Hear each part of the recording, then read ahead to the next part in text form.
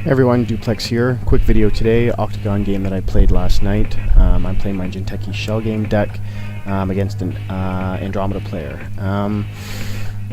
Lost this particular match, and I just kind of thought I'd throw it up and talk about it briefly. You can see it's quite sped up. If you can't follow it or whatever, that's why it's at about 4 times speed, I think. So this is just a great example of how a good, focused, experienced runner can really shut down a shell game deck. He kind of ignores my shell game, but at the same time I never really get it fully up and running before he kind of just takes control of the game. I'd love feedback if anybody wants to watch the whole thing and kind of give me a sense for what they would have done differently. It would be great. I think that to some degree my failing was lack of ice early on, and that kind of gave him free rein to do whatever he wanted. The other failing I think here was possibly the type of ice that I have has difficulty towards the later game because it's not big ice. It tends to be smaller ice, and it tends to be deterrent ice, or ice that either causes damage, causes quick loss, or just in some way, shape, or form, maybe even just causes the runner to lose some money.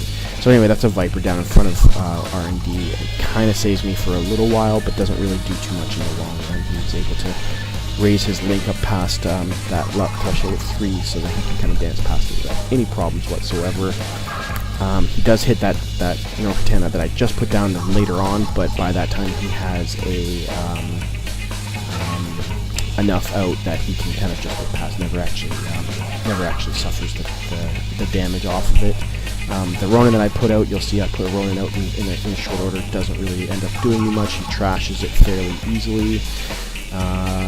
He's got a decent economy running with Katie Jones and a couple of other cards that he can just kind of throw out and keep his money. He's never in piles of money, but as the runner, I think it's smart to have enough money to be on top of the game, but without really ever having stockpile runs, because honestly, unless you're running these huge long glacial ice servers, you really don't need it. And especially as a criminal player, it's all about running hard, fast, and often. And yeah, you can see several times it's just he sees my economy coming out. He tries running R&D, doesn't see something he can either trash or steal, so he just takes the time to go out and take down my economy, and finds himself dominating the game pretty much throughout.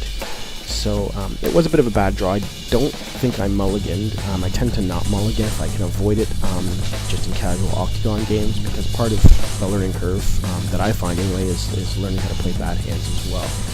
I find the shell game is a great deck. I love playing it. I really like playing it face to face. I'd like it less on Octagon. Part of the game, the shell game deck, is really about your bluff and your sell of the game, of the shell game, and that kind of gets lost on Octagon. And it's also fun.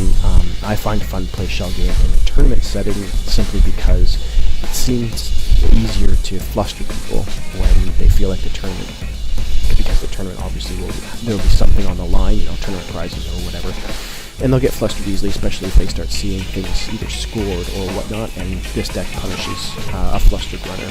This particular Andromeda player never got flustered, ran confidently and just ran through without a second thought. I never scored a single agenda in the entire game. So I would absolutely love anybody's comments, anybody's feedback on how they would have played it with the cards that I clearly had, or what difference they would have done. I think since pulling 3 snares, I would prefer to have my snares in my R&D if I can help it, which I can't. But 3 snares in my hand was just a joke. He ends up hitting 1, and it doesn't matter late in the game. So I realistically should have probably tossed my hand, or tossed at least most of those snares out, and tried to pull into something that was better, because at this point he has me R&D locked. He knows exactly what I'm getting. He's able to though he does go after that. I'm not sure exactly why he ends up going after the loyalty there. He knew what it was, so I don't know. Maybe I missed an extra draw that he didn't see me do. Anyway, he goes after it, decides not to trash it, then trashes my economy again, and then it just keeps at it. He's got a fem out. He's got a barrier breaker out. That's a nice wall out in front of the Viper there. So it's just not going to stop him. I never bother rezzing it. I don't have the money to really boost my. Yeah, there he hits one snare and it brings him down, I think, 2 cards, and he just ignores it because he can. And yeah, before too long, you'll see him score a couple more off of me here, and game over. So yeah, absolutely. If you have any comments or suggestions as to what you would have done, how you'd have done it differently, please leave them. And other than that, hopefully the next video will be a victory for me. Thanks for watching.